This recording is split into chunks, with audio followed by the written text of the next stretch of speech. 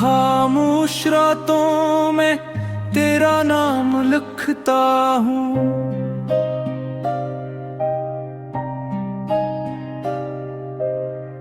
अपने हर आंसुओं से एक पैगाम लिखता हूँ।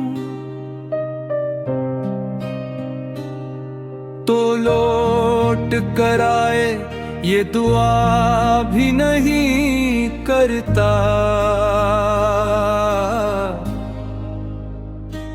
बस तेरे बगैर जीने का इंतजाम लिखता हूँ।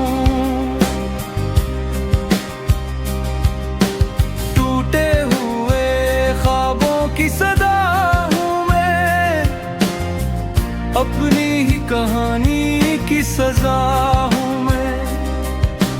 हर खुशी मुझसे रूठ कर चली गई, अब तन्हाइयों का आसरा हूँ मैं।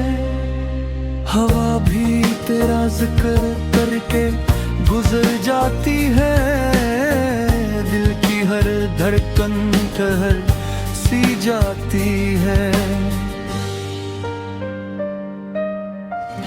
तेरी हंसी अब ख्वाबों में मिलती है,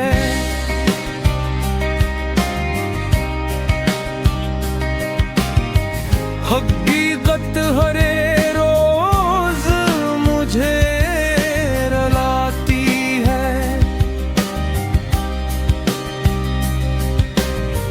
मेरे लफ्ज भी अब दास रहते हैं, तेरे बगैर सब एहसास रहते हैं।